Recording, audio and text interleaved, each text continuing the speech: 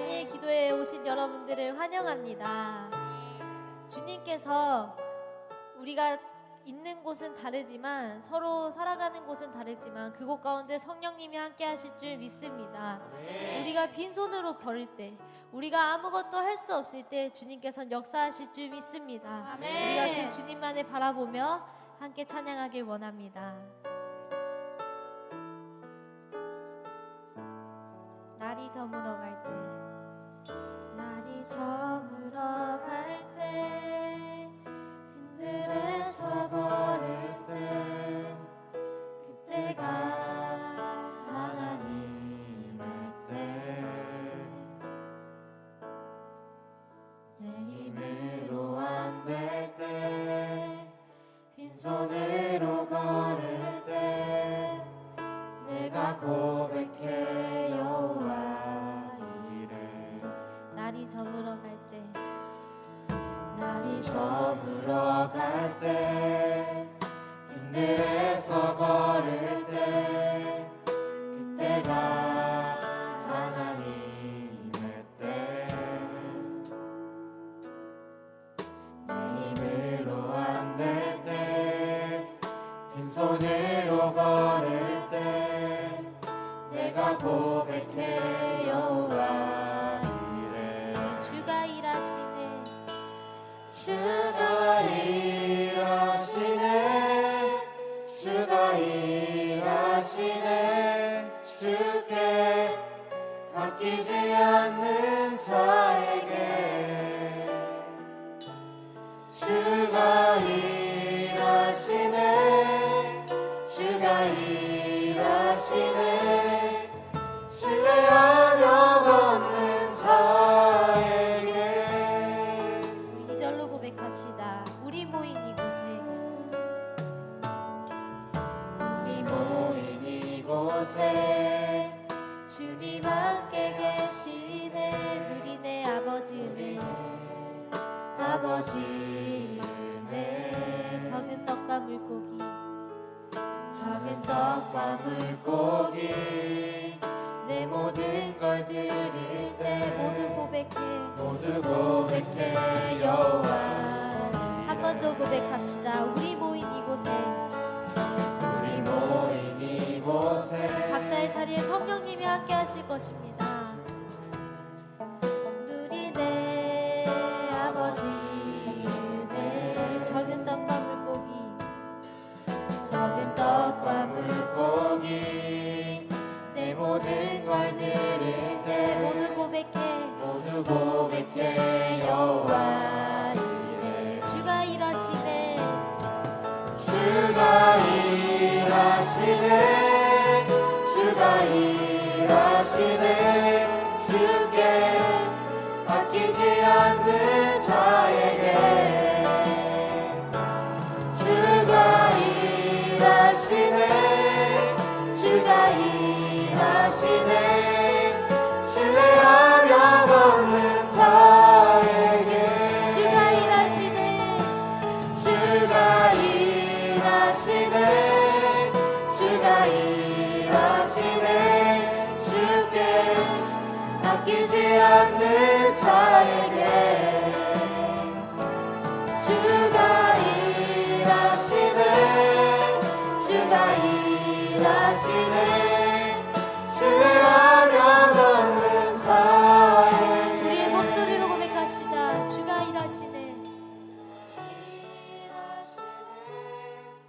주가 일하시네. 주께 아끼지 않는 자에게 주가 일하시네, 주가 일하시네. 신뢰하며 걷는 자에게. 주님 감사합니다. 우리에게 다니엘 기도회를 허락하심에 감사합니다. 우리가 모인 이곳에, 우리가 각자 떨어져 있지만 그곳 가운데 성령님 역사하실 줄 믿습니다.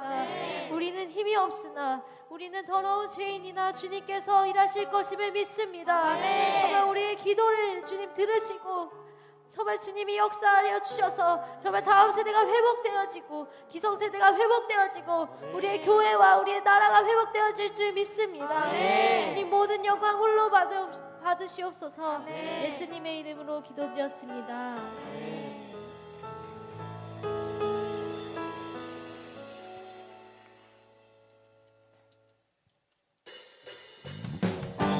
할렐루야. 우리가 주님만을 찬양할 줄 믿습니다. 우리에게 구원을 허락하신 그 온전하신 하나님만을 찬양합시다. 주님의 인재 앞에서 주님의 인재 앞에서 권능의 날개 아래서 그의 능하신 행동을 인하여 찬양해 찬양해요.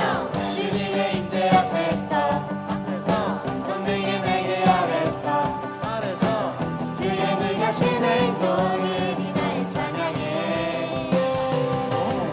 주의 나라 주의 권세 찬양 중에 임하네. 모든 원수 굴복하네. 주의 인재 앞에 주의 나라 주의 권세 찬양 중에 임하네. 모든 원수 굴복하네. 주를 줄 너희처럼 주를 찬양하라. 수심으로 주를 즐거워하라. 모든 것들을 찬양하라. 영원히 나위처럼 너희처럼 주를 찬양하라. 수심으로 주를 즐거워하라. 모든 것들을 찬양하라. 영원히. 우리 처음부터 고백합시다. 주님의 인재 앞에서 권능의 날개 아래서 그의 능하신 행동을 인하여 찬양해 찬양해요. 주님의 인재 앞에서 권능의 날개 아래서 그의 능하신 행동을 인하여 찬양해. 주의 나라 주의 권세 찬양 주게 임하네. 아멘. 모든 원수 굴복하네. 주의 인재 앞에 주의 나라 주의 권세 찬양 주게 임하네. 아멘. 모든 원수 굴복하네.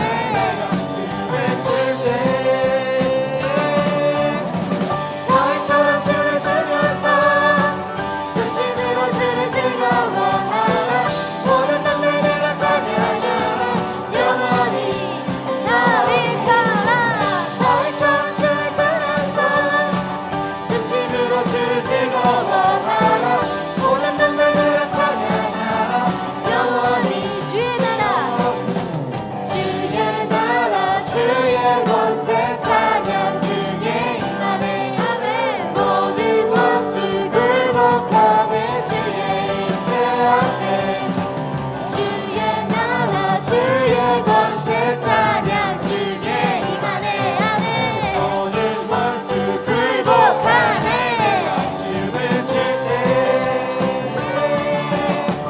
너희처럼 춤을 추면서 중심으로 주를 즐거워하라. 모든 것들을 찬양하라. 영원히 나위처럼 너희처럼 춤을 추면서 중심으로 주를 즐거워하라. 모든 것들을 찬양하라. 영원히 부흥이 있으리라. 부흥이 있으리라. 이 땅에 아멘. 부흥이 있으리라. 이 땅에 동쪽과 동쪽 북쪽에 부흥이 있으리라. 한 번 더 고백합시다. 부흥이 있으리라. 부흥이 있으리라. 이 땅에 부흥이 있으리라. 이 땅에 동쪽과 서쪽 남쪽 북쪽에 부흥이 있으리라. 이 땅에 아멘. 저희 부흥이 있으리라에 부흥이 있으리라. 이 땅에라는 가사에 우리 가정에 그리고 학교에 교회에 열방에를 함께서 넣어서 고백합시다. 부흥이 있을지어다. 네. 자, 그럼 다시 한번 찬양합시다. 원, 투, 쓰리, 포. 부흥 가정에, 아멘. 부흥 학교에, 아멘. 똑똑한 삼쪽, 그쪽에 부흥 이 땅에 다시 한번 고백합시다. 부흥 있으리라. 부흥 있을 교회 부흥 열방에 북쪽 그쪽에 부흥 있으리라. 우리 한 번 더 고백할까요? 부흥 있으리라. 부흥 가정에 아멘. 부흥 있으리 학교에 똑똑한 북쪽 그쪽에 부흥 있으리라. 이 땅에 아멘.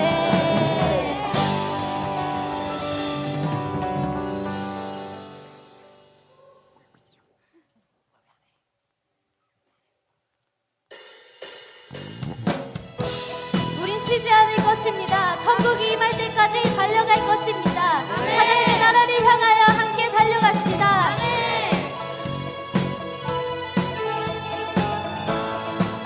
우린 쉬지 않으리. 우린 쉬지 않으리. 천국이 말 때까지 우리는 성령의 파수꾼. 주가 주신 마음으로 무릎 꿇고 엎드려 하늘의 주께 기도하리. 주의 능력 주의 능력 곧 나타내소서. 흐르는 눈물에 기도 들소서. 우리 두드리니 천국 문을 향해 우리 천국 어린 세대를 위해 주님의 이름 선포해. 온 세계 위에 우리 보게 되니 주님의 얼굴 우리 기다리 주님 오실 그날 주님의 말씀이 이루어지니 온 세계 위에 처음부터 고백합시다. 우리 쉬지 않으리. 우린 쉬지 않으리. 천국이 말 때까지 우리는 성령의 파수꾼. 아멘. 주가 주신 마음으로 무릎 꿇고 엎드려 하늘의 주께 기도하리. 주의 능력 주의 능력 곧 나타내소서. 흐르는 눈물에 기도 들소서. 우리 두드리니 천국 문을 향해 우리 천국 어린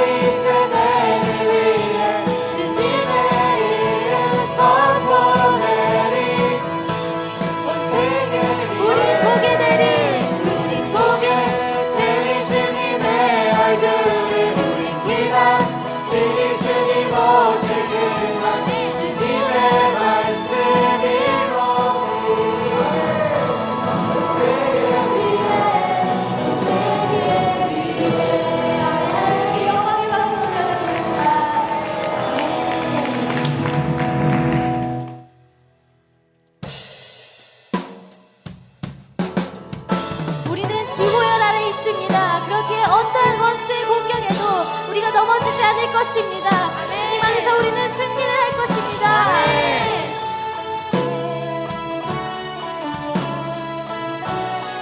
함께 고백합시다. 6월절 어린 양의 피로 나의 삶의 문이 열렸네. 어둠의 권세는 힘이 없네. 주 보혈의 능력으로 원수가 날 정죄할 때에도 난 의롭게 설 수 있네. 아멘. 난 더 이상 정죄함 없네. 난 주 보혈 안에, 난 주 보혈 안에 있네. 난 주 보혈 안에 있네. 그 피로 내 제사했네. 하나님의 그는 날 거룩해 하시며 난 주 보혈 안에 있네. 난 주 보혈 안에 있네. 난 원수의 어떠한 공격에도 더 이상 넘어지지 않네. 난 주 보혈 안에 있네. 6월절 어린 양의 피로 나의 삶의 문이 열렸네. 어둠의 권세는 힘이 없네. 주 보혈의 능력으로 안에 원수가 날 정죄할 때에도 난 의롭게 설 수 있네. 난 더 이상 정죄함 없네. 난 주 보혈 안에 있네. 난 주 보혈 안에 있네. 난 주 보혈 안에 있네. 그 피로 내 제사했네. 아멘. 하나님의 그는 날 거룩해 하시며 난 주 보혈 안에 있네. 난 주 보혈 안에 있네. 아멘. 난 원수의 어떠한 공격에도 더 이상 넘어지지 않네. 난 주 보혈 안에 우리의 목소리로 선포합시다. 난 주 보혈 안에 있네. 그 피로 내 제사했네.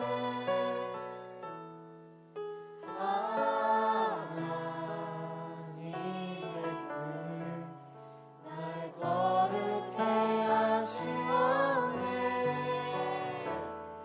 난 주 보혈 안에 있네. 난 원수의 어떠한 공격에도 더 이상 넘어지지 않네. 난 주 보혈 안에 있네. 아멘. 하나님께 영광의 박수 올려드립시다.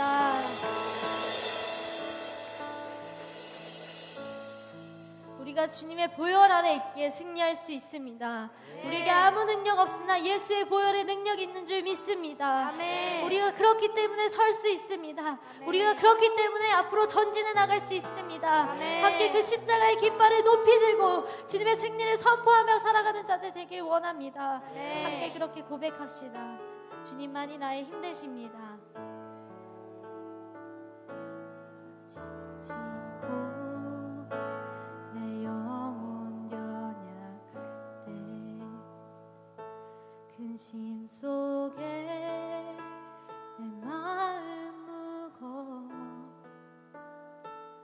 주 오셔서 함께 하실 때까지 나 잠잠히 주님을 기다려. 한 번 더 고백합시다. 나 지치고 내 영혼 연약할 때 근심 속에 내 마음 무거워 주 오셔서 함께 하실 때까지 나 잠잠히 주님을 기다려. 날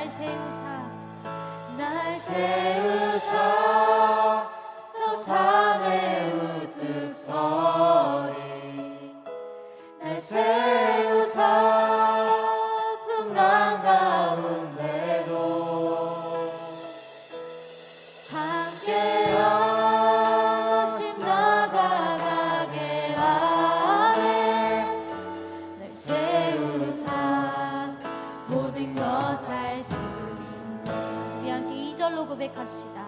열망 없는 그런 삶은 없으리. 없는 그런 삶은 없으리. 끊임없이 고통치는 가슴 주 오셔서 경이로 날 채우고 영원한 삶 나에게 주시네. 열망 없는 그런 삶은 없으리. 없는 그런 삶은 없으리.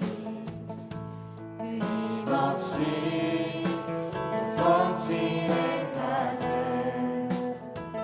주 오셔서 경이로 날 채우고 영원한 삶 나에게 주시네. 날 세우사 저 산의 우뚝서리 날 세우사 풍랑 가운데도 아멘. 함께하심 나가가게 하네. 세우사 모든 것 할 수 있네. 날 세우사 저 산의 우뚝서리 날 세우사 풍랑 가운데도 아멘. 함께하심 나가가게 하네. 세우사 모든 것 할 수 마지막으로 고백합시다. 날 세우사 저 산의 우뚝서리 날 세우사 풍랑 가운데도 함께하심 나가가게 하네. 세우사 모든 것 할 수 있네. 날 세우사 저 산의 우뚝서리 날 세우사 풍랑 가운데도 함께하심 나가가게 하네. 날 세우사 모든 것 할 수 있네.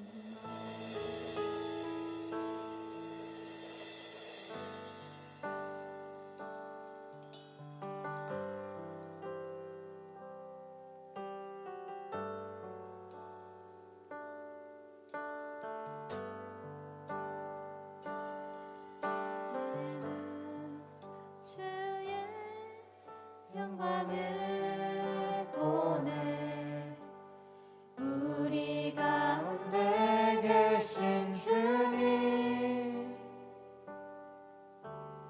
그 빛난 영광 온 하늘 덮고 그 찬송 온 땅 가득해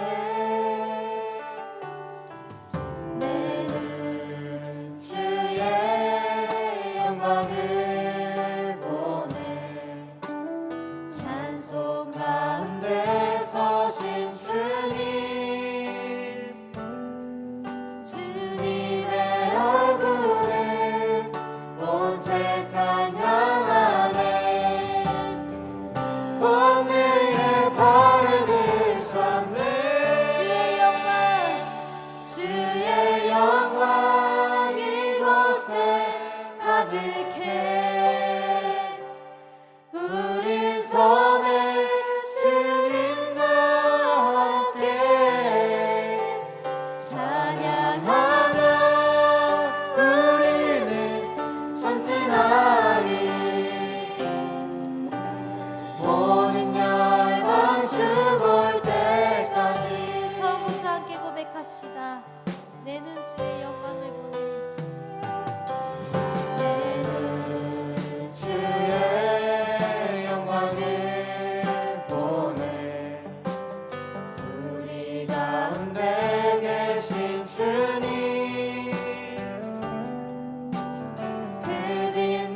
영광 온 하늘 덮고 그 찬송 온 땅 가득해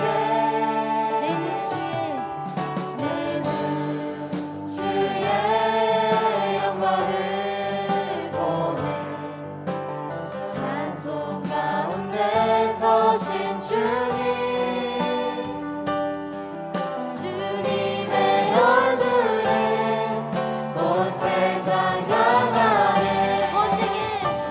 권능에 바르는 전을 주의 영광 이곳에 가득해 하네 우린 손에 주님과 함께 찬양하며 우리는 전쟁하리 모든 열방 주 볼 때까지 하늘 아버지 우리 새롭게 하사 열방 중에서 주를 섬기게 하소서 모든 나라 일어나 찬송 부르며 영광의 주님을 보게 하소서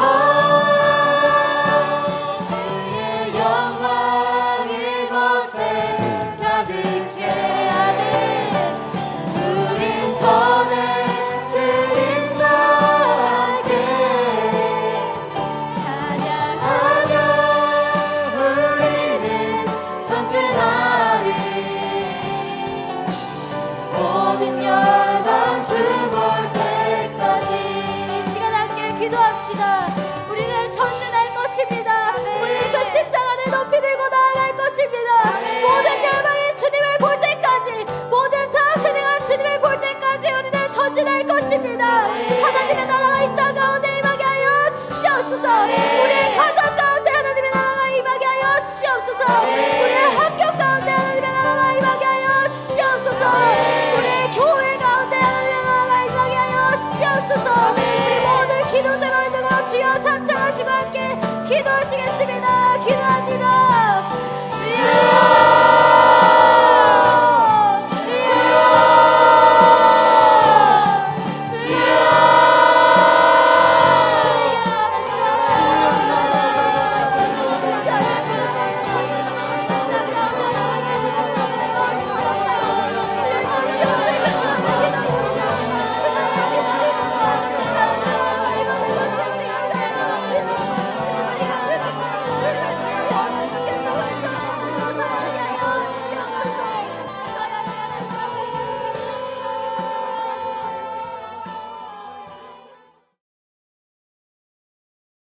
오늘 함께 어떤 말씀을 나눌까 고민을 하다가 최근에 하나님께서 우리에게 주셨던 저희 공동체와 저에게 개인적으로 주셨던 말씀을 좀 함께 나누고 싶다는 마음이 들었어요.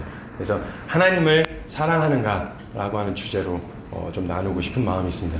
여러분 정말 주님 사랑하십니까? 네. 우리가 되게 이 질문에 흔히 대답하고 이 질문을 굉장히 많이 들어보셨을 거예요. 여러분 하나님 사랑하신 분만 아멘 하십시다. 네. 다시 한번 하나님을 사랑하신 분만 아멘 합시다. 네. 이 질문에 우리가 크게 아멘 할 수 있고요. 아마 이 질문을 듣는 데에도 큰 거부감이 찾아 들어오진 않을 거예요. 하나님을 사랑하는가? 라고 하는 질문 앞에서.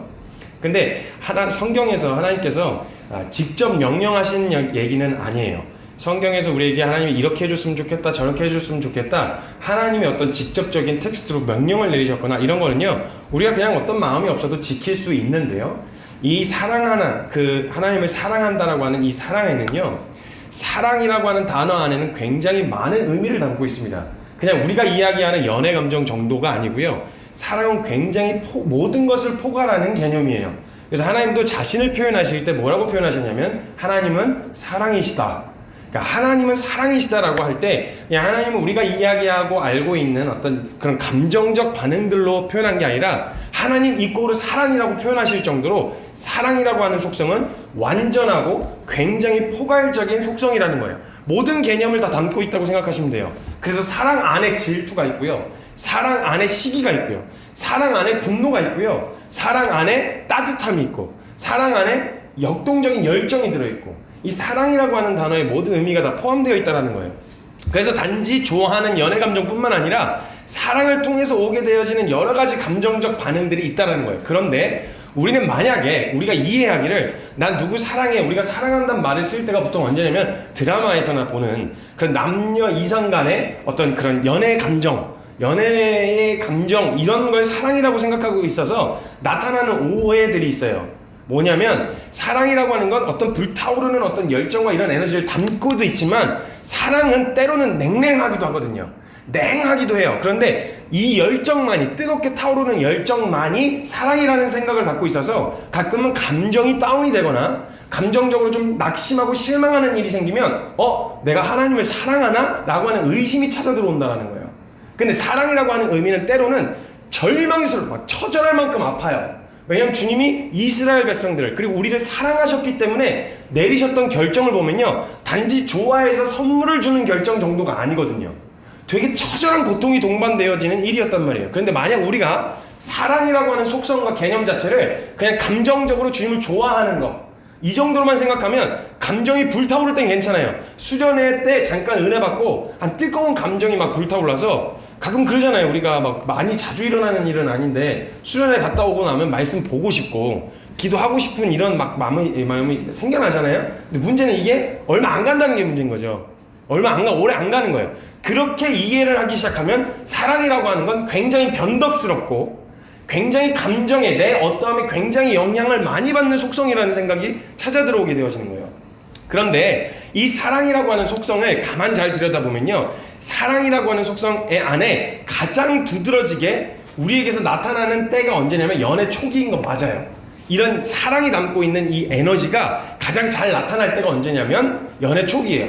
봐도 또 보고 싶은 그때 있잖아요. 방금 봤는데 헤어지면 또 보고 싶은 그런 연애 초기에 그 타오르는 거. 이거 누가 그러더라고요. 남녀가 둘이 불탈 때는 주님도 못 끈다고. 그거 어떻게 꺼지냐면 시간이 꺼줘요. 그 불을 시간이 꺼주는데요. 그래서 제가 그 얘기를 듣고 제가 이야기를 해줬어요. 근데 시간의 주관자가 주님이시잖아요. 결국 주님이 시간으로 끄시는 거예요.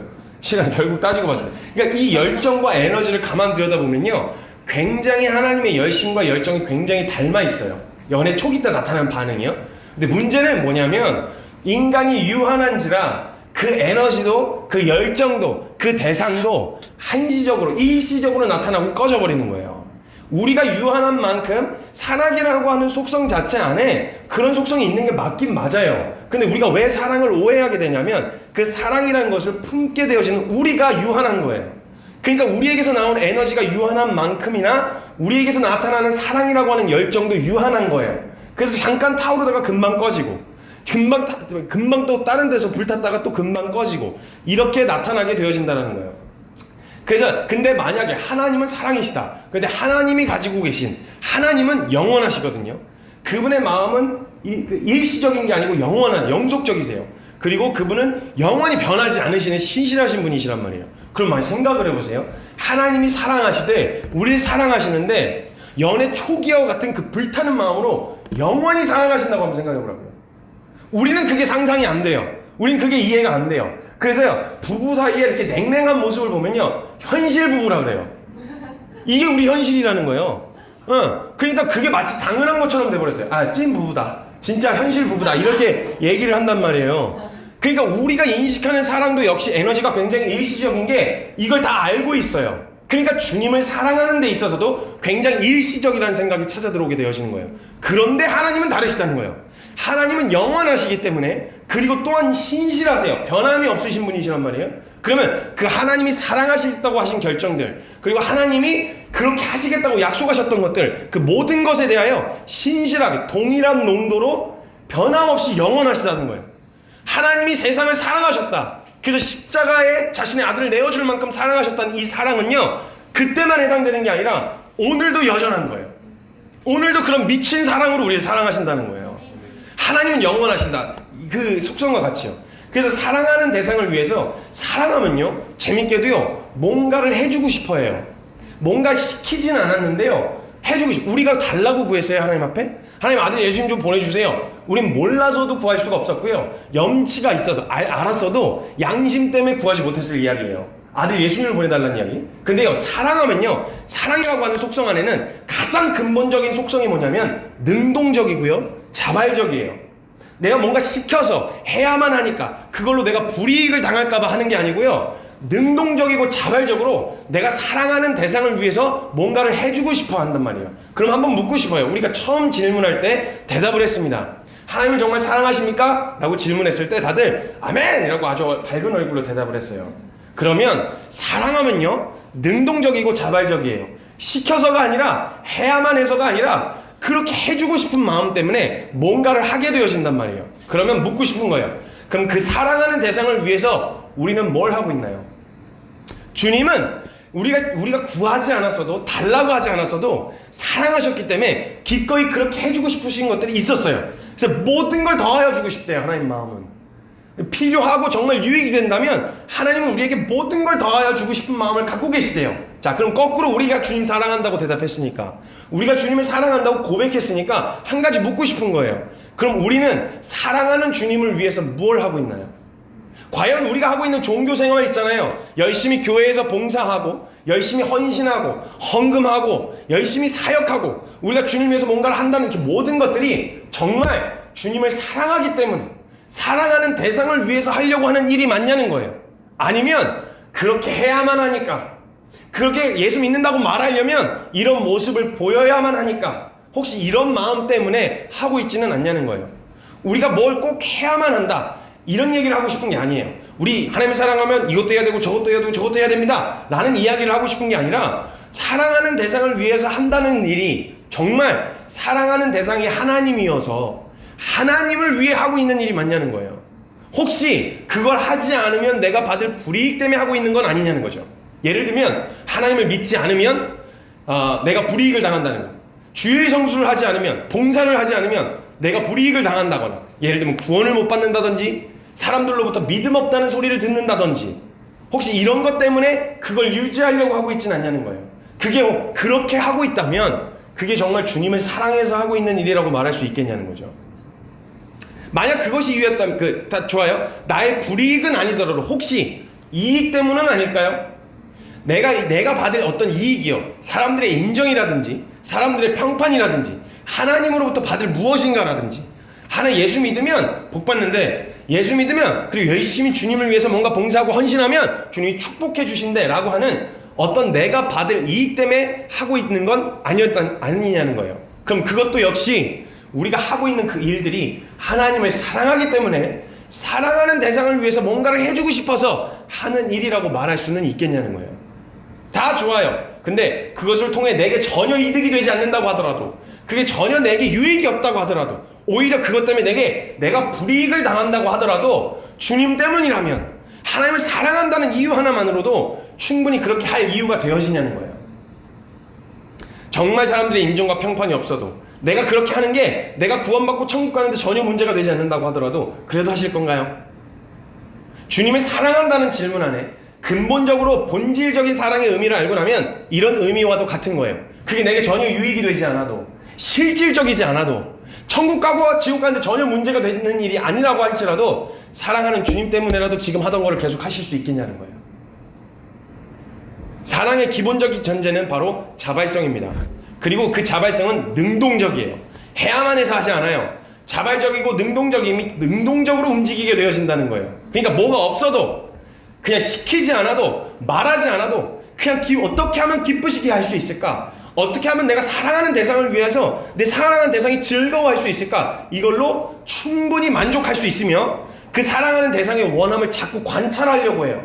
이거 해야 돼, 저거 해야 돼가 아니라 저 사람이 뭐 좋아할까? 뭘 원할까? 생각하게 만드는 거예요. 어저께 저희 아내가 그냥 스쳐 지나가는 말로 한마디를 했어요. 에어팟 프로 참 좋겠다, 그거 있으면 참 좋겠다, 너무 좋겠다, 이런 얘기를 그냥 스쳐 지나가면서 했어요. 근데 제가 찐 부부예요. 저는 분명히 말씀드리면 저는 현실 부부예요. 찐 부부인데 그 이야기를 듣는 순간 제가 쿠팡을 앱을 열고 있더라고요. 그래서 이걸 얼마나 되는지 확인한 다음에 덮었어요. 결론은 덮었어요. 근데 제 마음 가운데 능력만 되면 해주고 싶은 거예요. 그냥 지금 사줘라고 얘기하지 않았어요. 뭔가 해줘라고 이야기하지 않았단 말이에요. 그런데 내가 사랑하는 대상의 원함을 관찰하게 되고, 그 이야기를 그냥 귀로 흘려 듣지 않는 거예요. 여러분, 제가 나 뭐 그거 갖고 싶다라고 이야기했을 때 제가 한번 진짜 저희 지체들 중에서 저를 정말 아끼고 저를 생각해 주는구나라는 걸 한번 느꼈던 적이 있어요. 제가 육포를 굉장히 좋아해요. 육포를. 그래서 진짜 육포 진짜 원 없이 한번 뜯어먹고 싶다. 그냥 육포를 한번 하면요 비싸잖아요, 육포가. 그러니까 한번 먹으면요 그거를 하나를 통째로 한 번에 다 안 먹고요 찢어서 나눠서 먹어요. 그래서 그 향과 그 맛을 최대한 음미하면서 먹거든요. 그래서 제가 한 번은 나와가지고 진짜 육포 한번 원 없이 그냥 육포에 파묻혀가지고 원 없이 한번 뜯어먹고 싶다 이런 얘기를 꺼냈는데, 자기도 뭐 먹고 싶은 게 많고 있을 거 아니에요. 그냥 저는 스쳐 지나가듯 이야기했어요. 그런데 자기 그 요즘에 재난지원 뭐 이렇게 나온 거 있잖아요. 아무튼 재정, 교통카드였구나. 교통카드에 재정이 10,000원 정도가 남아있었던 거예요. 그걸 나가서 편의점에서 육포를 사갖고 저한테 들려준 거예요. 이걸 또 제가 그걸 어떻게 혼자 먹습니까, 이걸. 너도 같이 먹자고 이랬는데 아니라는 거예요. 지금 그걸로 저에게서 뭔가 보상을 바라거나 뭔가 제가 그걸 통해서 역시 너 다음 차세대 리더야. 넌 다음 대표가 될 사람이야. 이런 이득이나 혜택이 있는 게 아니란 말이에요.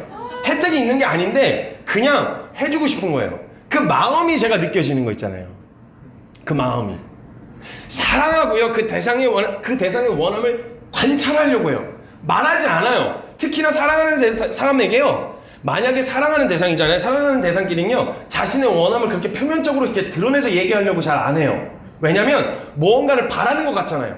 이 사람에게서 사랑이 아니라 이 사람에게서 떨어지는 무언가를 자꾸 기대하려고 하는 것 같잖아요. 나 이거 뭐 사줘. 저거 뭐 갖고 싶어. 이렇게 얘기하면요. 이 사람을 정말 사랑한다기보다는 이 사람에게서 받을 어떤 유익을 기대하고 있는 거기 때문에 어쩌면요. 사랑하는 사람한테 오히려 더 자신의 원함을 이야기 못해요. 괜찮거든요. 그리고 실제로 그 사람이 해줬으면 좋기는 하겠지만은 원함이 없진 않겠지만은 표면적으로 드러내려고 하지 않아요. 첫 번째는 속보이는 게 싫어서이지만 일기서도 있겠지만 속보인다는 말은 뭐냐? 그 사람에게서 다른 무언가를 원하고 있다라는 거잖아요. 그럼 진짜 사랑은 아니거든요. 여러분 잘 기억하셔야 돼요. 사랑은 속성 자체가 완전하기 때문에요. 사랑을 왜 사랑하냐? 너 나 왜 사랑해? 자매님들이 이렇게 물으실 때 형제님들 진짜 당황하거든요. 왜 사랑하냐고. 저도 이 질문을 받으면 아직까지 대답할 말을 정확하게 못 찾겠어요. 성경적으로 얘기하라 그러면 대답하겠는데 왜 사랑하냐 물으면 대답할 말이 없어요. 만약에 다른 이유가 붙잖아요. 그건 사랑이 아니거든요. 그 조건 사라지면 사랑도 사라진다는 얘기잖아요. 그죠? 예를 들면 이뻐서. 그러면 자매님들 꼭 물어보시거든요. 그럼 안 이뻐지면. 이렇게 반드시 물어볼 걸 알기 때문에 그렇게 대답도 안 할 뿐더러 사랑이라고 하는 속성 자체에 조건이 붙으면 그건 사랑이 아니에요. 사랑 자체가 완전한 속성이기 때문에요. 왜 사랑하냐고 물으면 사랑하기 때문에 사랑하는 거라고 밖에 대답을 할 수가 없어요. 그게 가장 완전한 속성이기 때문에. 그래서 왜 사랑해 물으면 형님들 제가 팁을 드리는 거예요. 왜 사랑하냐고 여자친구가 물어보거들랑 사랑하기 때문에 사랑한다고 대답하세요. 그러면 이제 다 끝나요. 그렇게 다른 물론 이유가 없어요. 그럼 어떤 상황이 바뀌어도 이 사람이 변해도 사랑하기 때문에 사랑하는 거기 때문에요. 그것 때문에 사랑이 변질되거나 왜곡되지 않는단 말이에요. 그러니까 사랑에 다른 조건을 붙이지 않아요. 그래서 주님도요 다른 조건을 붙이지 않으셨어요. 너가 날 사랑하고 내가 널 사랑하는 데 있어서 다른 조건이 없다. 너 나한테 사랑을 받으려면 이 정도 사역을 해야 된다. 이 정도로 성숙해야 된다. 이 정도로 멋을 갖춰야 된다. 신앙인으로서 이 정도 소신이 있어야 된다. 너 그래야 구원받을 수 있다. 이런 조건을 걸지 않으셨어요. 주님은 조건을 걸신 건 딱 하나였어요. 나는 의인을 부르러 온 게 아니라 죄인을 부르러 왔다. 너가 얼마나 죄인지, 얼마나 자격 없는지를 알면 진짜 내 사랑의 의미를 알게 될 거야. 그게 예수님의 조건이었어요. 괜찮아. 병든 사람에게 의사가 쓸 때 있는 거잖아. 너가 그렇게 망가져 있을 때일수록 내가 더 필요하다는 얘기잖아. 내 사랑이 진짜 드러날 때이잖아. 그래서 주님이 언제 사랑을 확정하셨냐? 로마서 5장 8절에 우리가 아직 죄인 되었을 때 그리스도께서 우리를 위하여 죽으심으로 하나님께서 우리에 대한 자기의 사랑을 확증하셨다고 이야기를 해요. 사랑할 이유가 전혀 없을 때, 다른 조건이 전혀 없을 때 그때 진짜 사랑이 드러나거든요. 그러니까요 정말 사랑하면요 그 막 관찰하려고 해요. 얘기 안 해주거든요. 그냥 사랑하는 게 이유니까. 사랑하는 대상에게 필요를 얘기 안 해요. 근데 사랑하는 사람은요 그 필요를 알고 싶은 거예요. 근데 물어봐도 대답을 잘 안 해? 그러면 내가 의지적으로 관찰하는 거예요. 이건 자발적이고 능동적이지 않으면 절대 할 수 없는 일이에요. 관찰하는 거예요. 그래서 관심 있는 거에 관찰하죠. 사람들은 별로 관심 없으면요 관찰도 안 해요. 관찰을 안 한단 말이에요. 진짜 관심이 있을 때야 그 사람에 대한 정보를 알려고 하고 그 대상에 대해서 뭔가를 더 알으려고 연구를 시작하지, 관심 없으면 관찰도 안 한단 말이에요. 그러니까 그 대상의 원함을 자꾸 관찰하려고요. 그래서요, 사랑이라고 하는 속성을 가만 들여다보면 논리적이지가 않아요. 절대 이성적이지가 않고요. 합리적인 사고나 상식적으로 잘 이해가 안 돼요. 왜냐하면 능동적이고 자발적이거든요. 아니, 떨어지는 게 없는데 왜 해? 무식하게 얻을 게 없는데 투자를 하는 거랑 똑같은 거예요. 나에게 돈이 전혀 떨어지지 않는데 투자를 한다는 말이에요. 그러니까 이건 절대 논리적이거나 이성적이거나 합리적인 사고가 아니라는 거예요. 이 자매님들 특히 이제 연애를 하잖아요. 이성교제를 자꾸 예를 들 수밖에 없어요. 그 속성이 아주 많이 묻어 있거든요. 그래서 자매님들이 보통 어려운 일이 있으면요, 얘기를 해주면 되잖아요. 근데 자매님들은 원하는 뭔지 아세요? 스스로 알길 바라는 거예요. 제가 어떤 짤이라 그러죠. 이렇게 사진을 봤는데 어떤 자매님이 같이 있다가 목말라 이렇게 이야기를 한 거예요. 그 남자가 물 떠왔어 이렇게 얘기를 해줬어요. 그랬더니 내가 언제 물 떠달라 그랬어. 난 그냥 내 목마른 거에 공감해달라고. 내가 목마르고 내가 이렇게 이만큼 목이 마르다는 거에 공감해달라고. 웃긴 짤로 이렇게 해놓은 거예요. 약간 이런 느낌인 거예요. 그러니까 형제들은 미치겠는 거예요. 어려운 표정을 짓고 있어요. 표정이 막 흘러내렸어요.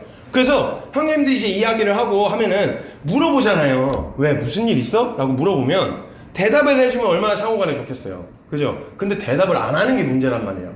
항상 정해져 있어요. 대답은 아니야, 아무 일도 없어. 별일 아니야, 아무 일도 없어. 근데 보통 얼굴은 썩어 있어 이미. 그리고 이미 얼굴에 문제가 있다고 이야기를 하고 있는데 절대 아니라는 거예요. 자기는 문제가 없다는 거예요. 형제님들 이게 조급하고 답답하거든요. 빨리 이 표정을 풀어줬으면 좋겠는 거예요. 해결해주고 싶은 마음인 거죠. 그럼 형제들은 어떻게 접근하냐면 감성적으로 접근하지 않고요, 굉장히 이성적으로 접근을 해요. 얼른 이 문제를 내가 파악을 한 다음에 잘 분석을 해가지고 얼른 해결책을 제시해줘야 된다, 이런 생각을 갖는단 말이에요. 그래서 막 이야기하는데 형제들은 공감 능력 자체가 떨어져요. 이거 존재적인 반응이에요. 공감 능력 자체가 떨어져서 현실적으로 굉장히 이성적으로 이걸 해결해 주려고 한단 말이죠. 근데 이렇게 이런 싸움이 막 진박이 될 때 막 아니라 그러다가 얘기해봐 해서 얘기를 했어요. 기껏 얘기를 해줬어요. 그래서 막 어떤 놈이 자꾸 막 뒤에서 내 얘기하고 막 짜증나고 막 뒤에서 막 이런 얘기하면 짜증나지 않냐고 하면서 막 속상해서 진짜 너무 속상해 이렇게 얘기하면 형제님들은 그걸 들으면서 얼른 분석을 하는 거예요. 왜냐면 해결책을 제시해줘야 이걸로부터 자유할 거라고 생각하거든요.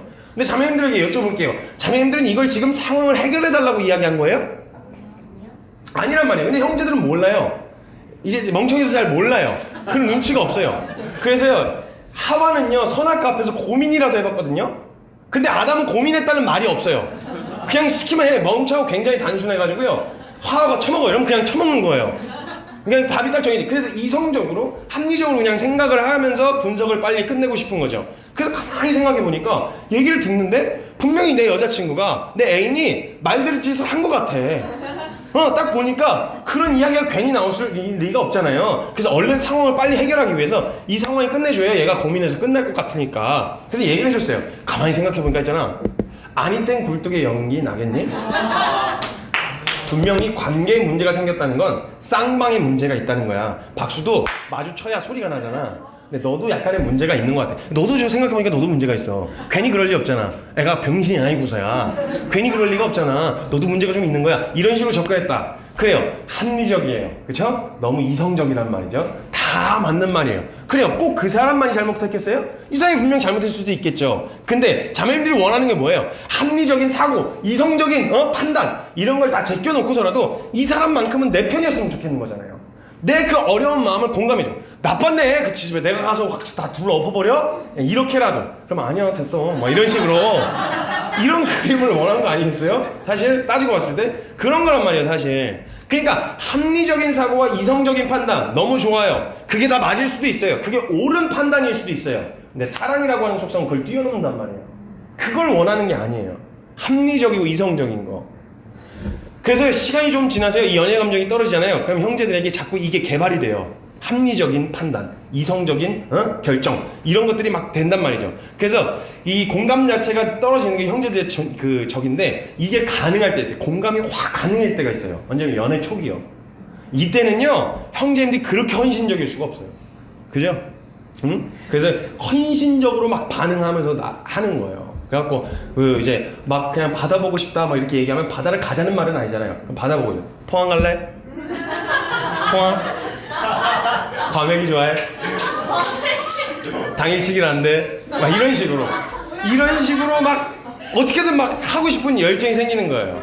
어떤 교수님이 하셨던 얘기예요. 제가 하는 얘기가 아니고 당해치기는 안 된다 막 이렇게 이제 얘기하면서 헌신력 포항하고 거리 얼마나 멀어. 근데 갔다 올 수 있는 거예요. 가능하다. 오빠는 가능하다는 거예요. 오빠 운전 좋아한다는 거예요. 가자는 거예요. 괜찮다는 거예요. 이게 막 열정이 가능해지거든요. 근데 그 다음부터는 시간을 따지기 시작해요. 시기가 지나고 시간이 지나고 이게 떨어지면 합리적인 생각을 하기 시작하는 거예요. 시간 왕복 2시간? 그럼 나 아무것도 못하네. 오늘 하루 버리겠네. 약간 이런 생각이 찾아 들어오게 되어지는 거예요. 누가 그랬거든요.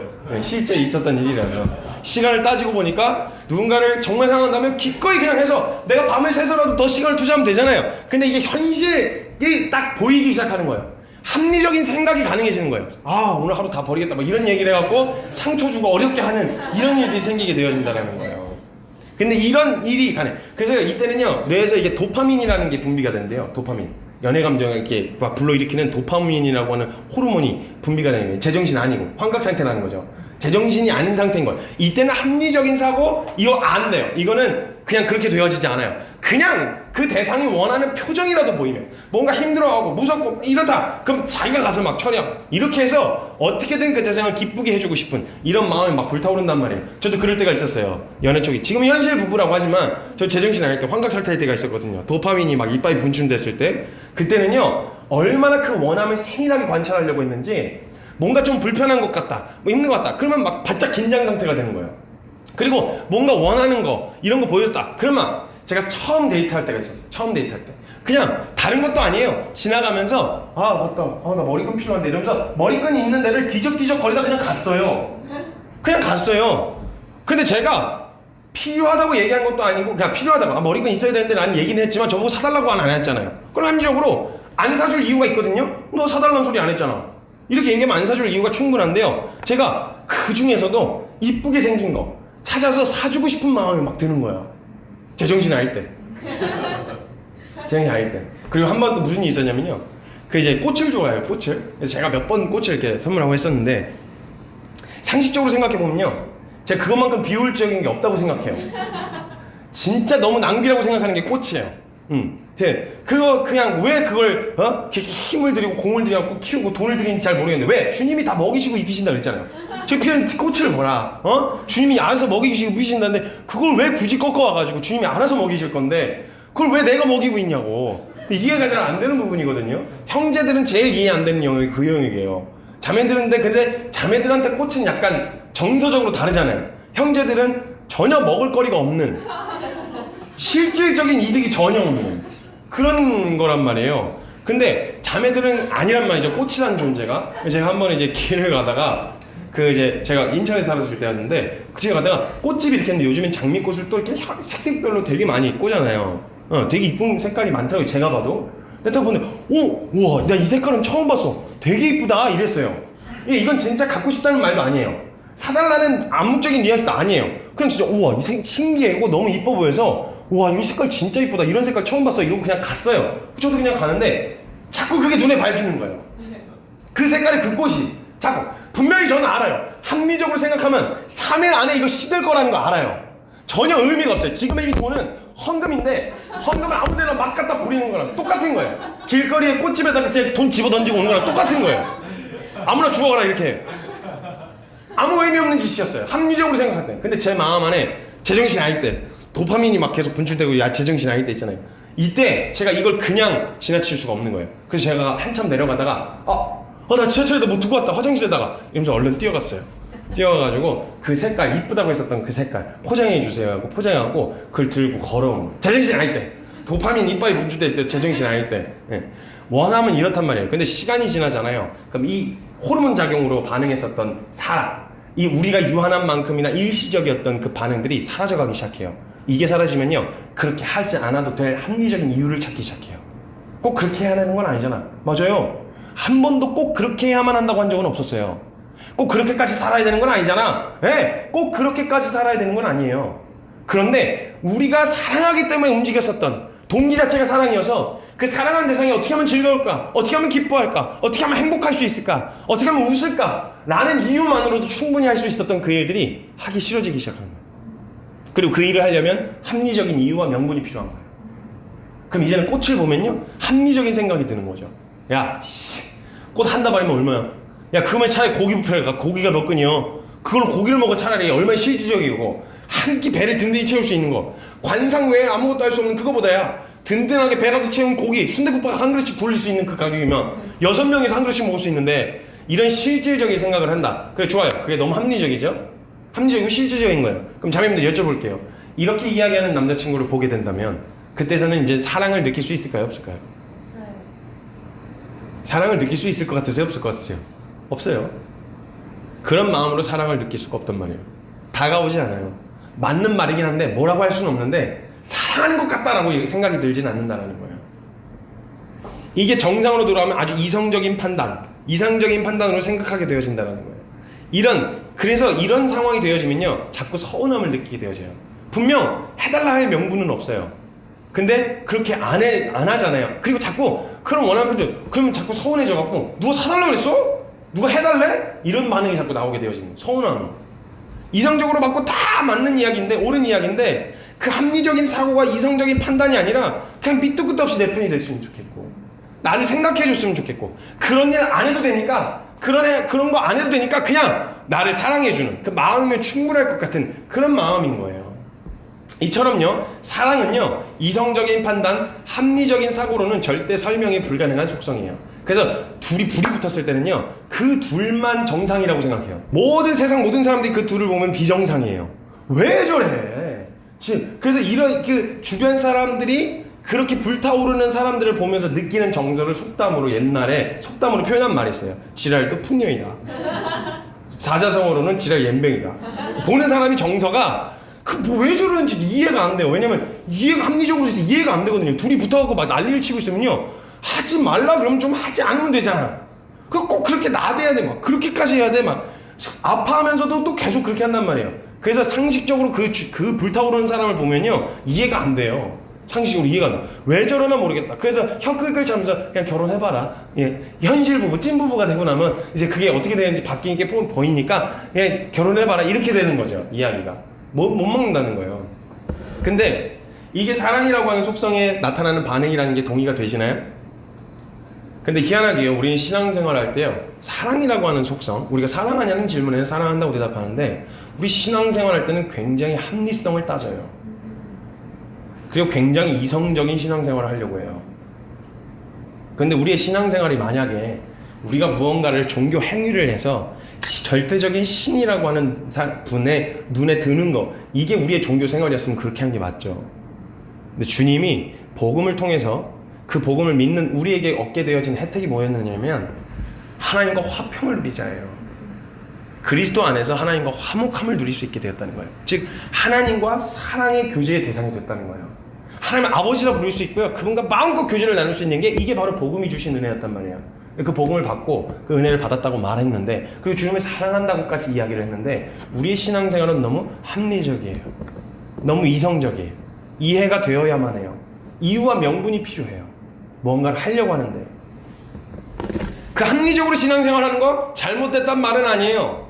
그게 맞을 수도 있어요. 어쩌면 그래요. 꼭 그렇게까지 하지 않아도 돼요. 그렇게 무식하게 주님을 위해서 극단적으로 헌신하지 않아도요 천국 갈 수도 있을지도 몰라요. 그런 얘기를 하신 적은 없었으니까요. 꼭 이렇게 살아라 말은 안 하셨으니까요. 그런데 한번 생각해 보자는 거예요. 그게 막 옳을 수도 있는데 이렇게 생각해 보세요. 크리스마스의 그 이야기 중에서 크리스마스의 동화 중에서요 진짜 유명한 동화가 있어요. 유명한 동화인데 어떤 부부가 너무너무 사랑했어요. 현실 부부가 아닌 진짜 이 현실 부부가 아니고 상상 속에 보면 동화이잖아. 동화 안에서 존재하는 부부였는데요. 이 두 부부가 서로를 너무너무 사랑했어요. 사랑했는데 그래서 크리스마스 때는 서로가 서로에게 선물을 주고 싶은 거예요. 근데 너무 찢어지게 가난한 부부여가지고 선물을 살 형편이 되진 않았어요. 근데 항상 아내의 마음에 뭐가 걸렸었냐면 남편이 시계줄 없이 시계를 안주머니에서 이렇게 꺼내가지고 허름한 시계를 이렇게 꺼내보는 게 그게 너무 마음에 걸렸어요. 그래서 아내의 마음에는요 남편에게 시계줄을 선물해주고 싶은 마음이 너무 막 강하게 들었어요. 그리고 남편은요 아내를 너무 사랑해요. 머리가 이렇게 길고 치렁치렁한데 맨날 뭔가 준비하고 식사를 준비할 때마다 머리가 이렇게 흘러내려갖고 국에 막 이렇게 머리카락이 닿고 막 이렇게 하는 거. 그리고 막 눈이 찌르니까 앞머리가 막 찌르고 막 눈 찌르니까 머리를 묶을 수 있는 머리끈을 사주고 싶은 마음이 너무 강하게 들었어요. 그래서 둘이 크리스마스 때는 내가 이 선물을 꼭 내 아내에게 내 남편에게 줘야지 하고 각자 생각을 하고 있었어요. 하고 있었는데 그 아내는요 남편의 시계줄을 선물하기 위해서 자신의 머리카락을 자른 거예요. 그리고 남편은요 아내에게 머리끈을 선물해주기 위해서 자기 시계를 판 거예요. 그리고 크리스마스 때 시계 선물을 예쁘게 포장해갖고 왔어요. 그 선물을 딱 나눠주고 선물을 딱 까서 열었는데 딱 까서 연 순간 자신에게는 이제 쓸모없어진 필요하지 않게 되어진 선물을 둘이 마주한 거예요. 자, 이걸 합리적으로 분석합시다. 자, 이성적으로 생각하자고요. 합리적으로. 자, 그럼 이거 필요 없어졌죠, 그죠? 서로에게 필요 없어졌죠. 그럼 이런 센스 없는, 야씨, 이런 센스 없는 것들. 야, 그럼 이제 합리적으로 생각하면 이거 필요 없어졌으니까 보관하는데 의미가 없어요. 그럼 지금 가뜩이나 찢어지고 생활고에 시달리고 있는데 얼른 현실적으로 생각해야죠. 영수증 챙겼어? 영수증, 환불해야 되는데 이거 영수증 챙겼냐고. 택 띄었어? 택을 띄었어? 이런 정신 나간 게 이러면서 이제 현실적으로 접근하기 시작하면요 감동이 되세요? 근데 이 스토리가 감동으로 막을 내릴 수 있었던 건 뭐냐면 딱 거기까지예요. 서로 그 마음을 확인한 것까지요. 딱 열어 보이는 순간 서로 눈물을 머금고 서로 부둥켜 껴안고 펑펑 울어서 누구보다 따뜻한 크리스마스였습니다 이렇게 막을 내려요. 그 뒤에 스토리가 분명히 있었을 거예요. 분명 현실이라면 이거 분명히 이거 이렇게 마무리됐을 거예요. 환불해, 가서 환불해 와, 영수증 챙겼지 이래서 환불하라 그랬을 텐데 스토리는 감동적으로 끝내야 되잖아요. 우리의 마음을 따뜻하게 하고 우리의 마음을 울리는 스토리의 결론은 뭐냐? 그거면 충분한 거예요. 그게 필요한 행위였든 아니었든 상관없어요.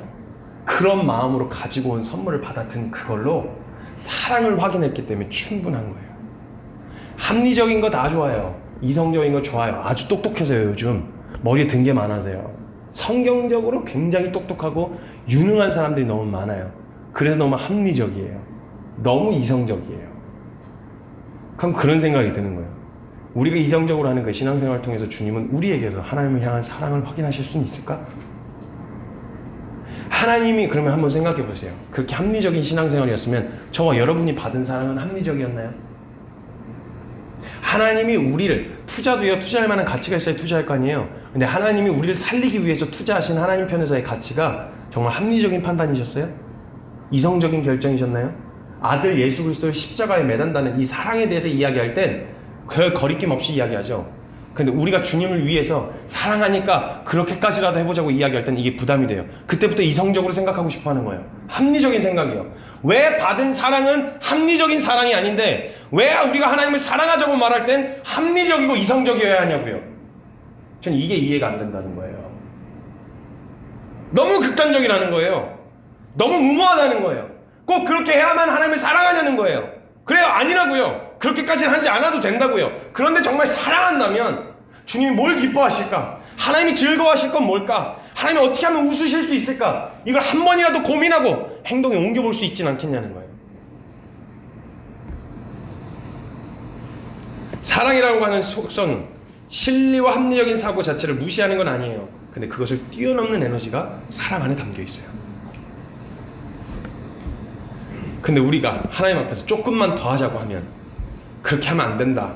그렇게 하는 것만이 믿음이냐. 이렇게 반응한다면 제대로 한번 사랑해보자. 사랑하는지 우리가 정말 사랑해서 하고 있는 건지는 점검해 볼 필요가 있지 않겠냐는 거예요.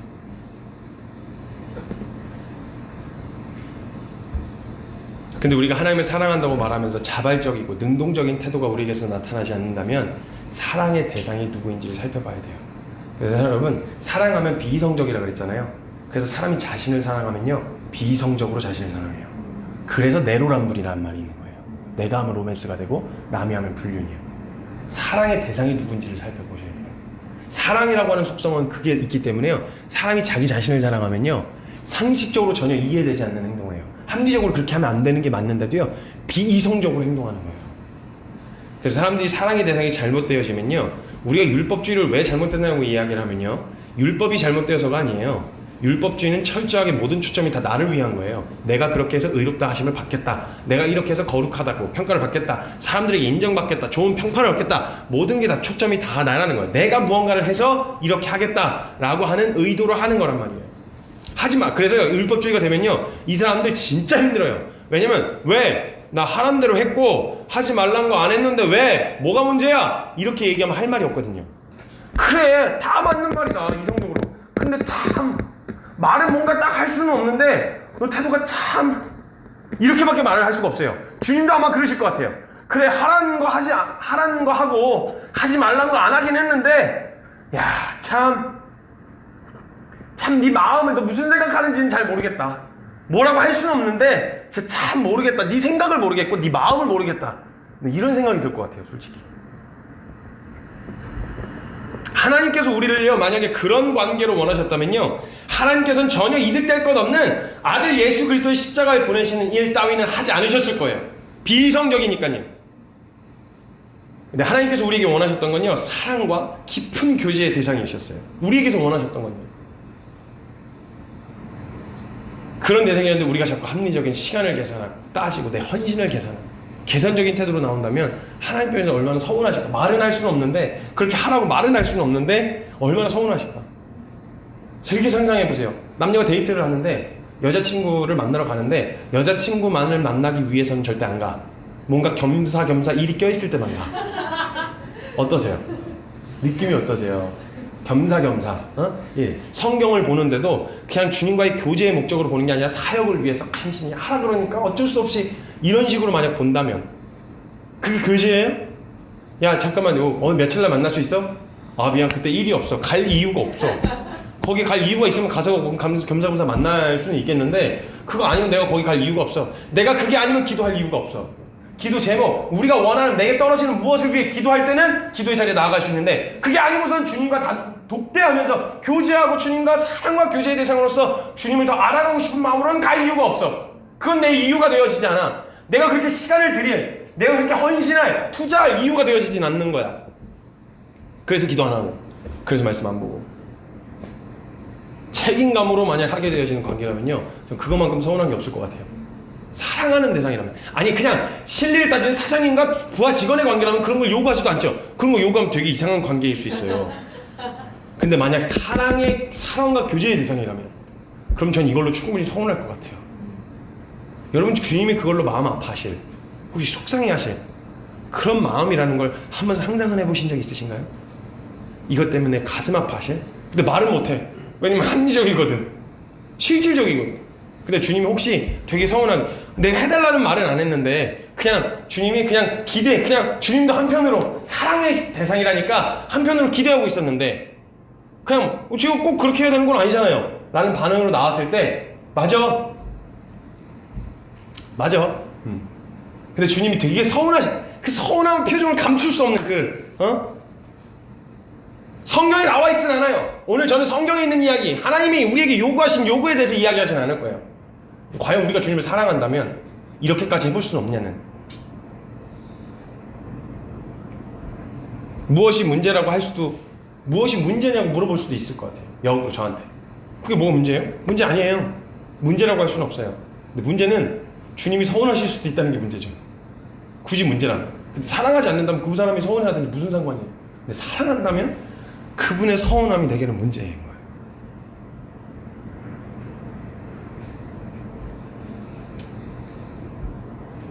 그 하나님의 마음, 즉 그 사랑하는 대상을 위해서 뭔가를 막 자발적으로 하고자 했던 이 마음이 되게 두드러지게 묻어나는 성경에서의 한 사건이 있어요. 그 사건을 소개해드리고 싶어요. 사무엘하 23장 13절에서 17절까지의 말씀입니다. 사무엘하 23장 13절부터 17절까지의 말씀이에요. 읽진 않겠습니다. 스토리만 제가 이야기해드릴게요.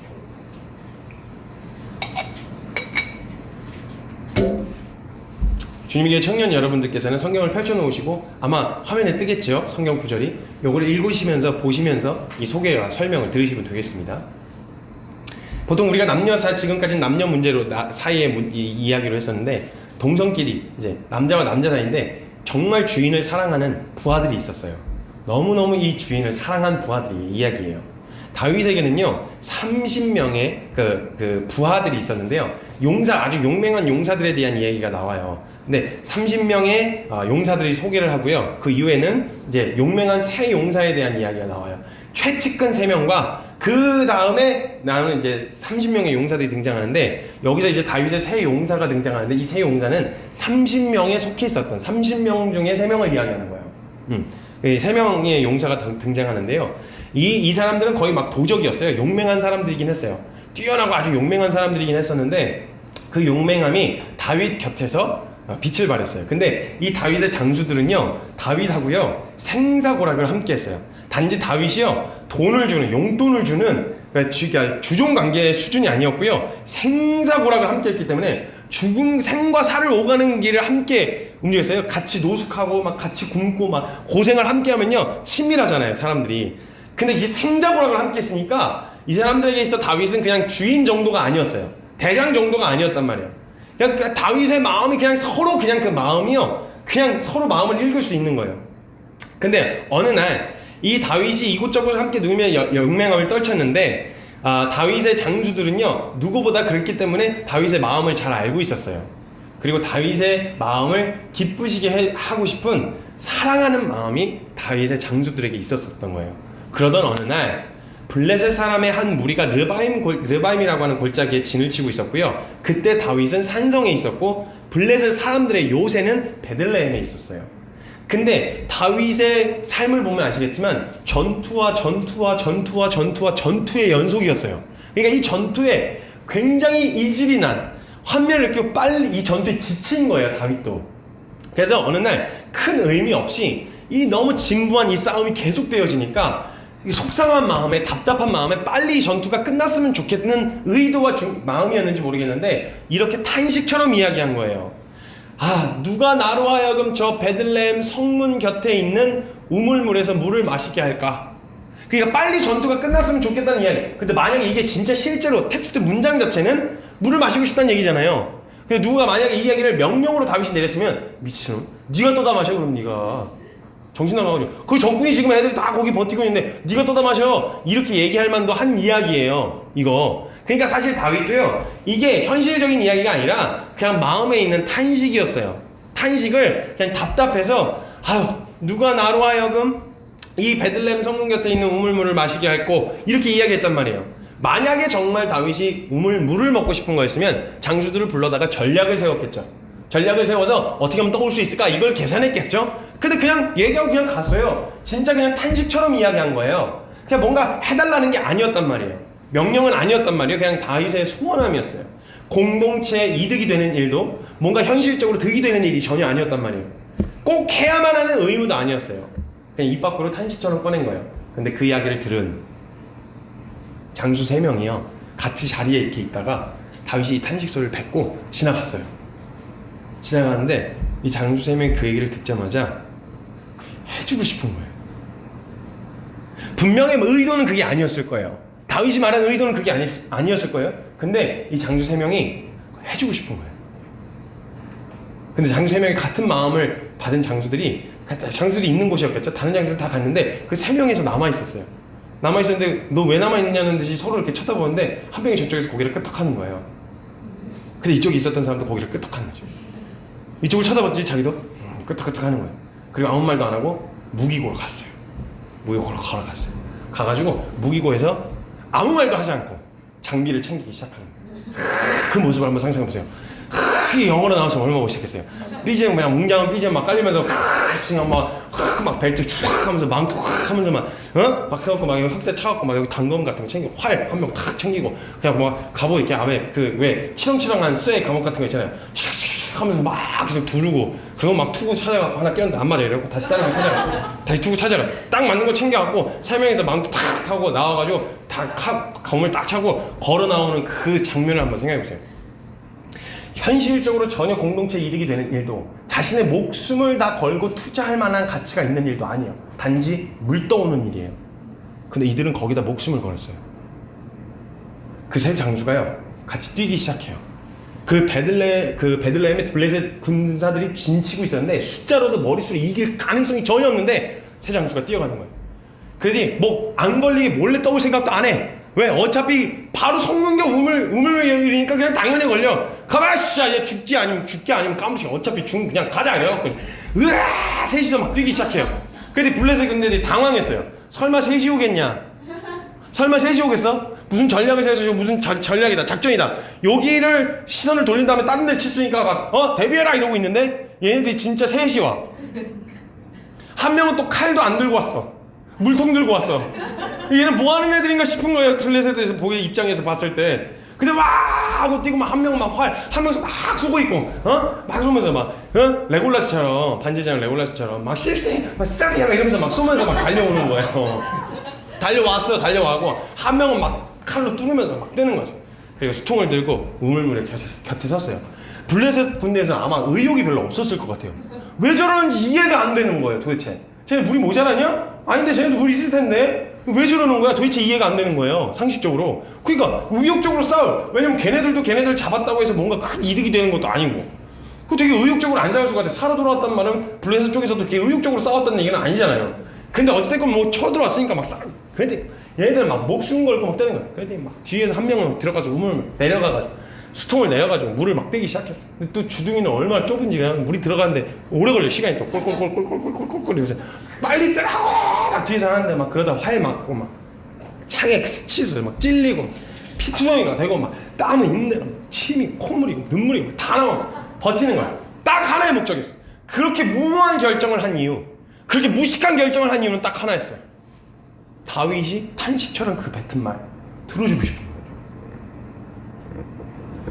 그리고 나서 완전히 너덜너덜해진 채로요, 이 다윗의 세 장수가 다윗 왕 앞에 섰어요. 근데 제가 상상했을 때는 애들이 웃고 있었을 것 같아요. 얼마나 좋아할까 싶은 거예요. 해달라고 하진 않았는데 그걸 떠온 장수들을 본 다윗의 마음은 어땠을까요? 다른 건 모르겠는데 처음에 뭐라고 하지 않았을까요? 미친놈들 뭐하는 짓이야 이게. 뭐야 이게 베들레헴 성문 곁에서 떠온 우물물인다. 그 블레셋 애들이 진치고 있는데 거기 가서 떠온 거야? 네. 너 여기서 떠오고 나서 그냥 상상해서 마시라고 그냥 얘기하는 거 아니지? 베들레헴 성문교 우물물인 것처럼 드시면 돼요. 그냥 물은 물이고 산은 산이지 않겠습니까?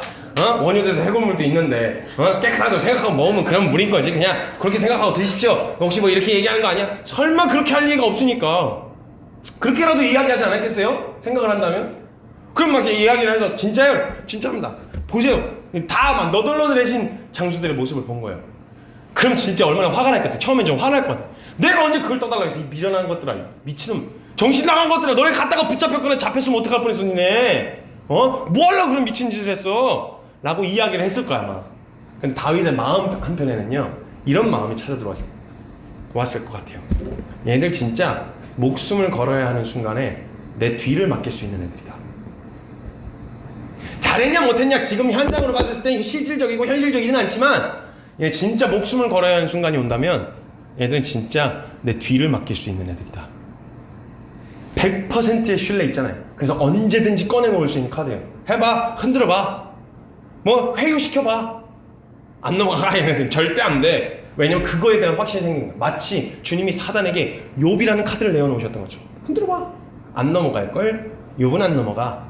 흔들릴 수 있겠지, 불평불만이 찾아올 수 있겠지. 근데 욥은 절대 내 이름 팔아먹지 않을걸? 라고 자신있게 꺼내든 카드처럼 주님 손에 들려진 자신 있는 카드가 되지 않았을까. 다윗의 장수 중에 야 흔들어봐, 한번 회유시켜봐, 돈 더 준다고 데리고 가려고 해봐 라고 해도 절대 넘어가지 않을 애들이라는 100%의 신뢰, 강한 확신이야. 야 얘네들 진짜 나 사랑하는구나. 이 확신을 그 과정을 통해서, 무식하고 전혀 현실적이진 않았지만 그 일을 통해서 그걸 확인할 수 있지 않았을까요? 저는 그 이야기를 하고 싶어요. 성경에서 이야기한 명령은 아니었어요. 잠언 25장 13절에는 이렇게 적혀 있어요. 충성된 사자는 그를 보낸 이에게 마치 추수하는 날의 얼음 냉수 같아서 그 주인의 마음을 시원하게 하는. 시원하게 하는. 꼭 해야만 하나? 아니요, 그렇진 않아요. 근데 꼭 그렇게 하진 않아도 되는데요, 주님 사랑한다면 더 합시다. 주님을 사랑한다면 더 합시다. 꼭 그렇게 하면 내가 인정을 받거나 내가 구원을 받는다거나 내게 이득이 떨어지는 건 아니에요.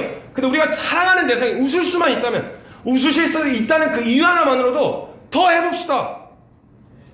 우리 신앙생활 하면서 어떻게 하면 덜 할지를 찾고 있잖아요.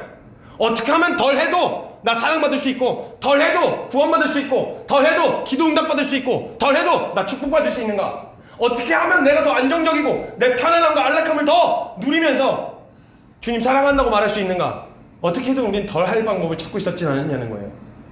근데 정말 주님을 사랑한다면 더 해보자는 거예요. 명령하시지 않았어도 더 해보자는 거예요. 주님이 혹시 탄식처럼 어딘가를 바라보시고 탄식을 지으시고 슬픈 표정을 지으시면, 왜요? 주님 뭐 때문에 그러세요? 마음 아프세요? 잃어버린 애들 때문에 그래요?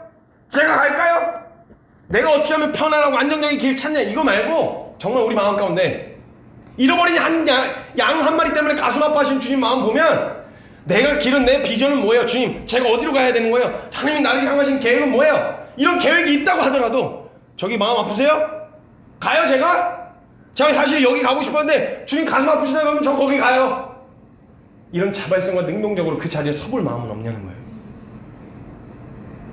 내 안정적인 길, 합리적이고 이성적인 판단 좋아요. 다 좋아요. 그리고 여러분이 가야 될 길이 정말 그 길일 수도 있어요. 그런데 정말 내 걸음을 머뭇거리게 하고 내가 원하는 대로 가기를 멈칫하게 만드는 이유가 주님 계속 저쪽을 바라보고 계시는 거예요. 그럼 우리의 마음은요, 사랑하면요, 주님이 시선이 머무신 곳에 가 있고 싶은 거예요. 왜요? 여기 뭐 해야 될 거 있어요? 지금 여기 뭐 필요하세요? 이 마음이. 잃어버린 어린 양의 비유에서요, 한 마리를 잃어버리면요 99마리의 양을 들여다 두고 찾아 나선다고 하셨대요. 귀하지 않아서가 아니라 그 한 마리가 너무 귀한 거예요. 그러니까 그 한 마리와 같은 마음으로 나머지 99마리 중에 누가 잃어버려져도 그렇게 찾으실 거란 얘기예요. 그러니까 99마리도 동일하게 사랑하신다는 얘기죠. 근데 주님이 그 상황 가운데서 같이 찾아 나서 야 너도 찾아! 너도 해! 이렇게 얘기는 안 하실 거예요 아마. 근데 목자의 마음을 아는 사람이라면 찾아달라고 하진 않았어도 양아 어디 있니? 목자들이요 양 키울 때요 양을 정말 자식처럼 키운대요. 그래서 다 우리 보기에는 다 손뭉탱이 같이 생겼잖아요. 양들이 더러운 손뭉탱이처럼 생겼잖아요. 근데 걔네들이 다 구분이 간대요 목자들은. 그리고 양들은요 목자의 음성이 구분이 가고요. 그래서 이름도 붙여준대요. 양돌이, 양순이, 양철이, 양복이, 양일이, 양이, 양삼이, 양사, 양호 이렇게 이름도 붙여준대요. 그러면 양돌이를 잃어버렸어요. 그럼 목자는 마음에 그 잃어버린 양돌이는요 다른 어떤 좋은 양으로도 대체가 안 돼요. 100마리가 더 와도요 그 잃어버린 양돌이가 자꾸 생각나요. 그러면 양돌아 너도 있었으면 참 좋았을 텐데 양돌아 이러면요 목자의 마음을 아는 사람은 에이씨 진짜 양돌아 이렇게 찾아 나서는 거예요. 해달라고 하진 않았는데 사랑하면요 아파하니까 내 사랑하는 대상이 자꾸 아파하니까 그 마음이 무슨 마음인지 아니까 하나님의 마음이 있는 곳에 뛰어들 수 있지 않겠냐는 거예요. 사랑하는 여러분 더 해봅시다. 우리가 오늘 주님을 사랑한다는 고백이 진심이었고 정말 사랑했다면 어떻게 하면 덜 할지 찾지 말고 어떻게 하면 더 할지 찾읍시다. 그리고 오늘 관찰해 봅시다. 한번 주님의 마음이 어디에 가 계신지 어떤 마음이신지 혹시 슬픈 표정은 아니신지 성경 말씀을 통해서 하나님은 우리에게 나타내 보여주고자 하신 그 마음이 보였는지 잃어버린 양 한 마리 때문에 아프시진 않은지 혹시 나 때문에 속상하신 건 없는지 내가 뭐 때문에 서운하신 건 없는지 사랑한다면 그 마음을 알고자 하는 소망으로 나아갈 수 있지 않겠냐. 그렇게 한번 해봅시다. 그 자리에 한번 뛰어들 수 있는 저와 여러분 되셨으면 좋겠습니다. 시간 잠깐 같이 함께 좀 기도했으면 좋겠습니다.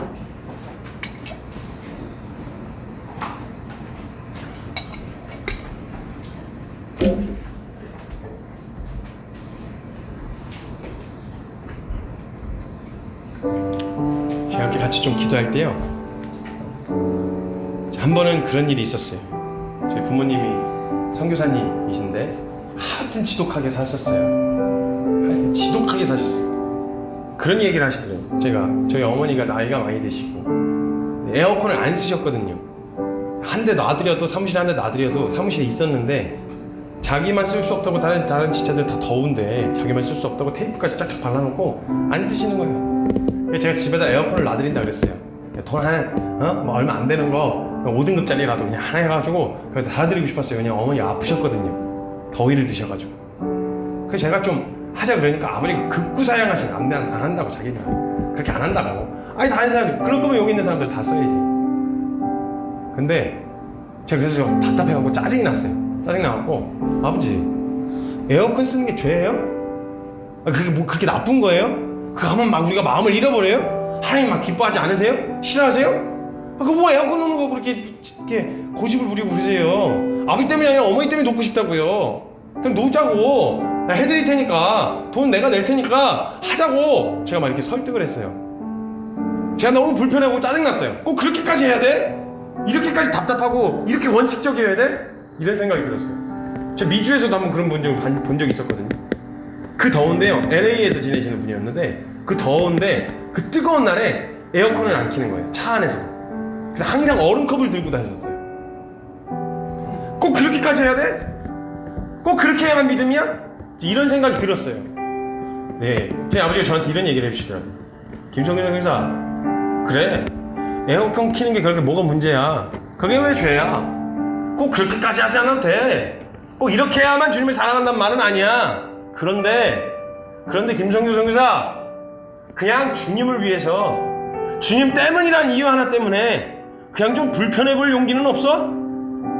내가 원하는 자리가 아니라고 하더라도 주님 때문에, 주님을 향한 내 마음 때문에, 그 마음을 지키고 싶은 그 마음 때문에 그냥 주님을 위해서 좀 불편해 볼 수는 없어? 사랑하는 여러분, 우리에게 주님을 위해서 좀 불편해 볼 용기는 없나요? 맞아요, 다 누릴 수 있어요. 그렇게 해도 돼요. 뭐가 문제가 되겠어요? 연애할 수 있죠. 다 누릴 수 있죠. 편안할 수 있고요. 가질 수 있어요. 그런데 그냥 주님 때문에, 주님을 향한 이 마음 때문에 주님을 위해 좀 불편해 볼 용기는 없냐는 거예요. 사랑한다는 고백 뱉어놨고 정말 사랑하고 싶다고 이야기했는데 정말 우리는 사랑하는 주님의 마음을 헤아려 보려고 한 적은 있냐는 거예요. 전부 다 하나님 내 마음 공감해 주세요. 내 마음 헤아려 주세요. 나 이렇게 힘들어요. 나 이렇게 어려워요. 상황 바꿔주세요. 환경 개선해 주세요. 근데 주님이 어떤 표정을 짓고 계실지 그거 알아보려고 했던 적은 있으신가요? 주님 잃어버린 영혼 때문에 얼마나 아프실까? 제가 몰랐는데요, 애비가 되고 나니까 아버지의 마음이 뭔지 알겠더라고요. 저는 몰랐어요. 자식일 때 몰랐어요. 그러니까 아버지가 이렇게 해줘야 되는 거 아니냐고, 자식들한테 이렇게 해야 되는 거 아니냐고, 자식일 때는 이렇게 편하게 얘기했어요. 애비가 되고 나니까요, 해두고 싶은데요, 하고 싶은 마음이 분명히 있는데도요, 그럴 수가 없는 마음이 있어요. 이 아이에게 너무 필요하지 않은 거라서 그 아이가 원함대로 들어주고 싶은데요, 참 아버지 마음으로 미움을 사면서까지도 주지 않아야 될 게 있더라고요. 저는 몰랐어요. 그 자리가, 아버지라고 하는 자리, 팀의 리더라고 하는 자리가 그렇게 무거운 전 잘 몰랐어요. 저도 팀원 일정의 리더들 향해서 손가락질하면서 판단하고 정지하면서 똑바로 해야 되는 거 아니냐고, 네가 더 정직해야 되는 거 아니냐고, 이게 더 합리적인 판단 아니냐고 라고 손가락질 했었거든요. 리더가 되고 나니까 또 그게 아니더라고요. 생각해야 될 게 그것만 있는 게 아니더라고요. 좀 몰랐어요. 제가 하나님 아버지의 마음을 참 몰라드렸구나. 내가 하나님 아버지의 마음을 참 몰랐구나. 아니, 알려고도 하지 않았었구나.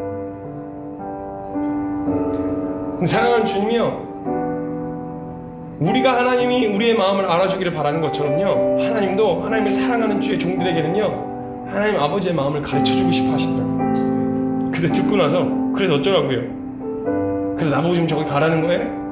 아니, 그 말은 아니야. 그렇게 한 말은 아니었어. 저 이렇게 얘기하신 경우가 너무 많았어가지고 제가 하나님이 얼마나 서운하셨을까? 하나님 아버지의 마음을 이야기했는데 그래서 어쩌라고요? 그거 내가 보고 하라고요? 그거 꼭 내가 해야 돼요? 이렇게 반응한 내 모습을 보시고 주님이 당황하셔서 아니야. 꼭 해달라는 건 아니고 문제가 된다는 건 아니야.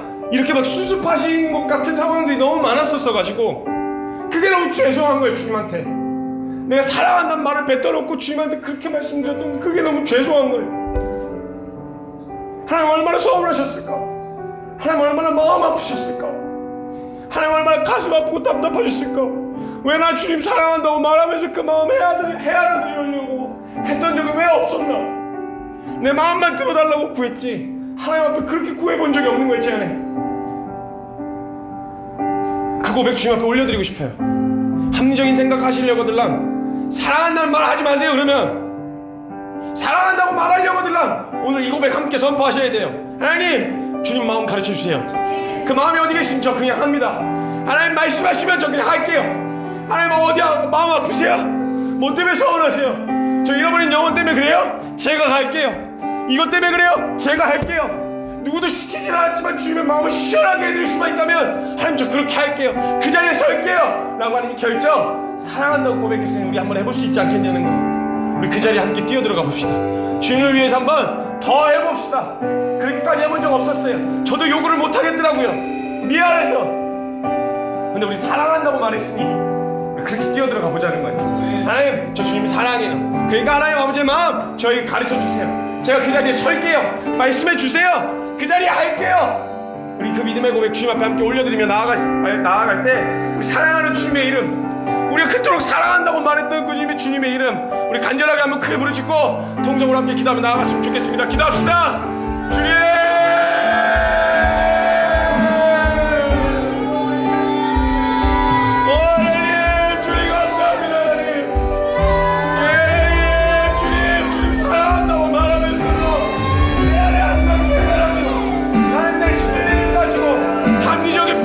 생각으로 하나님을 늘 대하고 있었던 제 마음을 회개하며 나아갑니다. 하나님 우리를 불쌍히 여기셔서 다시 한번 하나님의 마음을 하나님 자리에 순종할 수 있는 그 하나님 아버지의 마음을 우리에게 가르쳐 주십시오. 하나님 주님 감사합니다.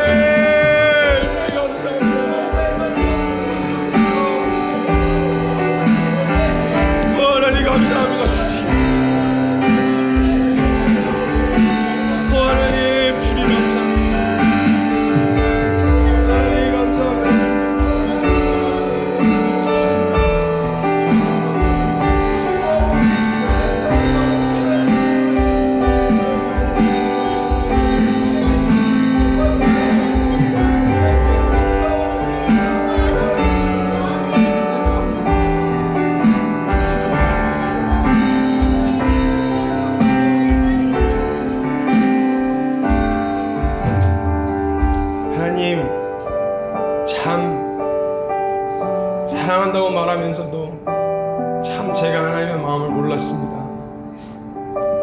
그리고 하나님의 마음을 잘 알려고 하지 않았었습니다. 참 내 마음은 헤아려 주시길 원했지만 하나님 아버지의 마음이 어떤 마음이신지 하나님 제가 몰랐습니다. 그런데 하나님 주님을 사랑하는 마음은 진심입니다. 그래서 하나님 마음을 알고 싶습니다.